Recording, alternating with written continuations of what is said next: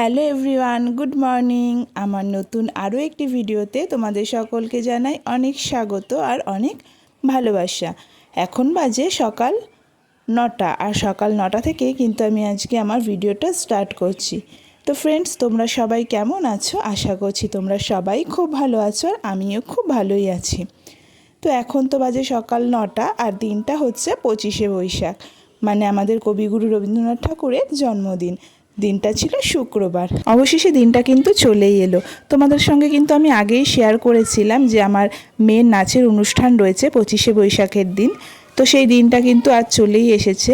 আর তার আগে বলছি আমি সকলকে সরি, তার কারণ হচ্ছে যে আমি কিন্তু রেগুলার ভিডিও মানে টাইম মতো শেয়ার করতে পারছি না। আসলে আমার কি হচ্ছে, আমি ভিডিওগুলো হয়তো করে রাখছি, কিন্তু ভিডিওটা শুধু করে রাখলেই তো হয় না, এডিট করতেও তো অনেকটা সময় লাগে। তো এডিট করার যে সময়টা, সেই সময়টা আমার হয়ে উঠছে না। তার জন্য কিন্তু ভিডিওগুলো দিতে আমার অনেকটা লেট হয়ে যাচ্ছে। তো প্লিজ কেউ কিছু মাইন্ড করো না, তোমরা একটু প্লিজ দেখে নিও। আর কে কোথা থেকে আমার ভিডিওগুলো দেখছো অবশ্যই কিন্তু একটু কমেন্ট করে জানিও।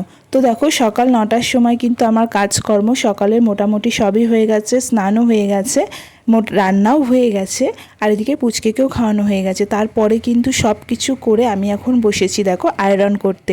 যে শাড়িটা আয়রন করছি, তোমরা তো সবাই চেনো এই শাড়িটা, কারণ আমি কিন্তু মানে মাঝে মধ্যে এই শাড়িটা পরি বাড়িতে। তো আজকে যে ওদের নাচের ড্রেস রয়েছে, সেখানে রয়েছে বাটিক প্রিন্টের শাড়ি, যে কোনো কালারের বাটিক প্রিন্টের শাড়ি হলেই হবে।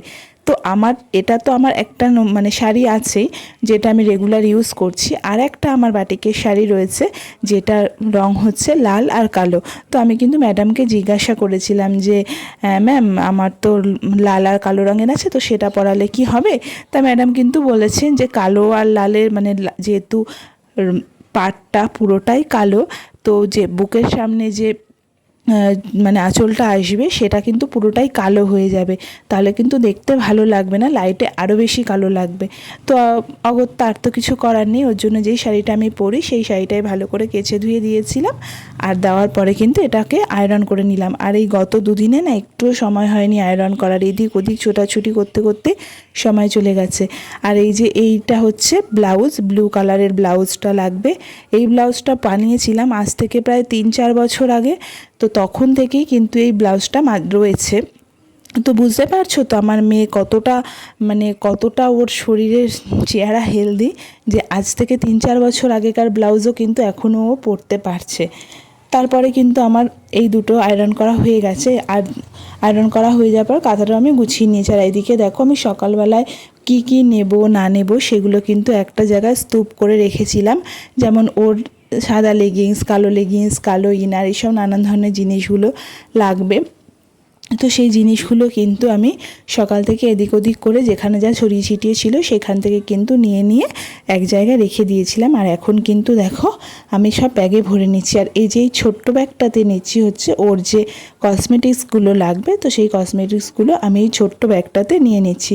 মনে আছে ওর কিছুদিন আগে স্কুলের প্রোগ্রাম হয়েছিল, সেই স্কুলের প্রোগ্রামের সময় আমি এই ছোট্ট ব্যাগটাই নিয়ে গিয়েছিলাম। তো সেখান থেকে কিন্তু জিনিসপত্রগুলো মানে গুছিয়ে এদিক ওদিক জায়গায় রাখিনি, সেই ব্যাগটার মধ্যেই ছিল।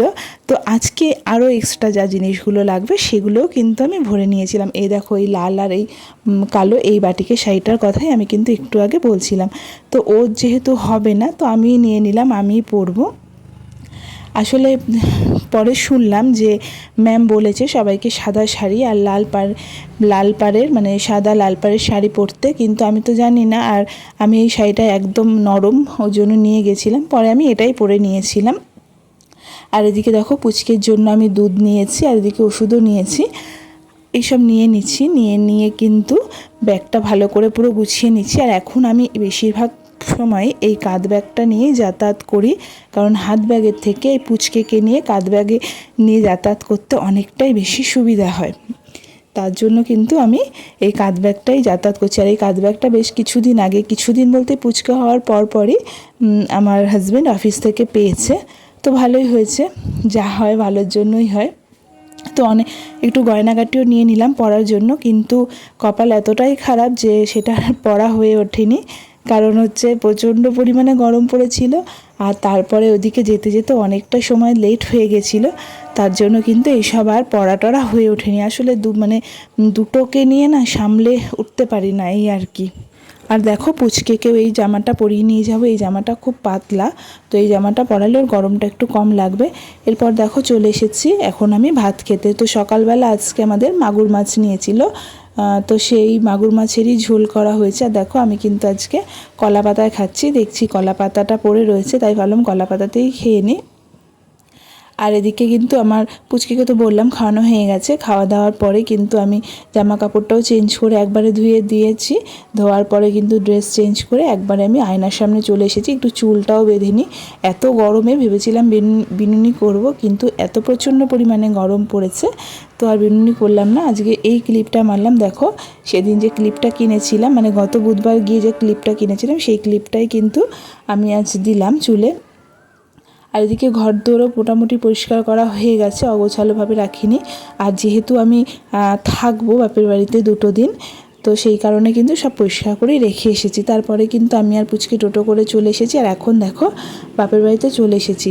আর চলে এসে কিন্তু আমি আগে একটু ঘুমিয়ে নিয়েছিলাম, প্রচণ্ড ঘুম পাচ্ছিল। আর এই যে সব ছড়ি ছিটিয়ে রয়েছে। এখন কিন্তু দুপুরবেলা আজকে মা রান্না করেছিল খাসির মাংস আর ডাল, আরও কিছু একটা রান্না করেছিল, সামথিং এই মুহূর্তে মনে পড়ছে না। তো অনেক দিন তো যাওয়া আসা করছি, তো মাংসটা খাওয়া হয়নি, তাই জন্য কিন্তু বাবা ভাইকে মাংস আনতে বলেছিল। আর এখন দেখো আমার মেয়েকে কিন্তু সাজানো হচ্ছে। তো এখানে কিন্তু আমি সাজাচ্ছি না, আমার বোন সাজিয়ে দিচ্ছে। আর এতদিন ধরে আমার কাকাতো বোন সাজাতো, কিন্তু ও যেহেতু আজকে বাড়িতে নেই, ওর জন্য মামাতো বোনই সাজিয়ে দিচ্ছে। আর এই মেকআপের ব্যাপারটা না আমি একদম কিছু বুঝি না, সত্যি কথা বলতে। আমি নিজেও মেকআপ আজ পর্যন্ত সেই অর্থে করিনি, আর মেকআপের ব্যাপারটা আমি কিছু বুঝে উঠতে পারি না। তো ওকে বলেছিলাম তুই একটু মেকআপটা করে দিস হালকা করে, বাকিটা আমি সাজিয়ে নেব। আর এই যে এখানে কিন্তু পুচকে এখন খেলাধুলা করছে, এত প্রচণ্ড গরম পড়েছে যে ওকে কিন্তু জামা পরায়নি। আর তারপরে যখন এখানে আমরা গেছি রেডি হয়ে, তখন কিন্তু অলরেডি নাচ শুরু হয়ে গিয়েছিল। আর তারপরে কিন্তু ওখানে আবার মালা কিনতে হয়েছে, ফুলের মালা, মাথায় দেওয়ার জন্য ফুলের মালা, গলায় পরার জন্য ফুলের মালা। তো এত কিছু তো আমি জানতাম না, আমি তো জানতাম একটা মালা, আমি সেই অনুযায়ী একটাই কিনে নিয়ে গিয়েছিলাম। তারপরে শুনছি আবার গলাতেও পরতে হবে, আবার সেই মালা কিনতে যেতে হয়েছিল। তো এইসব করতে করতে না ভিডিওগুলো করাই হয়ে ওঠেনি। দেখো প্রচুর কিন্তু ভিড় হয়েছিল, এখানে কিন্তু ছোট থেকে বড় প্রত্যেকেই নাচ করেছে। আর দেখো আমার ভাইও গিয়েছিল আমার সঙ্গে, এই যে পুচকেকে ধরে রয়েছে। আর মা কিন্তু গিয়েছিল অনেকটা পরে, মা সন্ধে পুজো দিয়ে জামা কাপড় সব গুছগাছ করে ঘরটা পরিষ্কার করে তারপরে কিন্তু মা গিয়েছিল। আর এই দেখো এখন কিন্তু ঐশীদের নাচ হচ্ছে, এই যে এইখানে কিন্তু ঐশী বসে আছে। তো আমি আর কিন্তু গানের যে মিউজিকগুলো সেগুলো কিন্তু আমি আর ভলিউমটা বাড়িয়ে দিইনি, তার কারণ যদি কপিরাইট চলে আসে, সেই কারণে। দেখো নাচ হয়ে যাওয়ার পরে ওকে বলেছি যে একটুখানি আমার কাছে আয়, এসে দাঁড়া, তো নাহলে সাজটা নষ্ট হয়ে যাবে, মেকআপটা নষ্ট হয়ে যাবে। তার জন্য দেখো মুখটা কাচুমাচু করে এইরকমভাবে দাঁড়িয়ে রয়েছে। ম্যাডাম কিন্তু প্রত্যেকটা গ্রুপেরই 2টো করে নাচ দিয়েছে। তো ওর কিন্তু একটা নাচ হয়ে গেছে, আরও একটা নাচ এখনও বাকি রয়েছে।